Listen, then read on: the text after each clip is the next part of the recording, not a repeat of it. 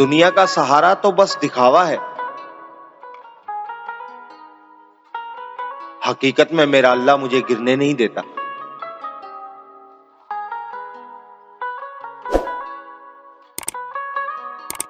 सगा वो नहीं जिसकी रगों में एक ही खून हो।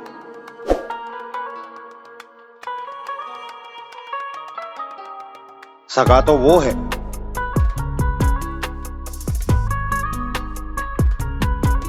जो बुरे वक्त में साथ खड़ा हो जाए।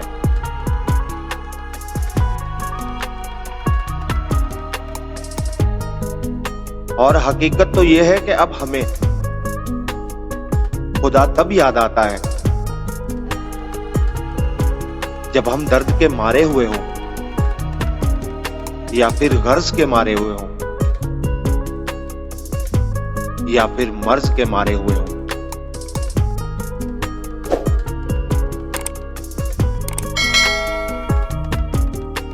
हमारे होने या ना होने से सिर्फ हमें ही फर्क पड़ता है।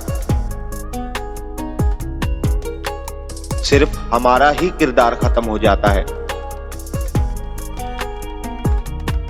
दुनिया में कोई तब्दीली नहीं आती,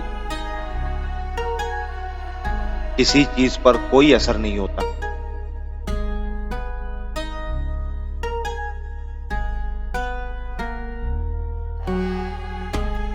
इंसान के असल दुश्मन कभी गैर नहीं होते,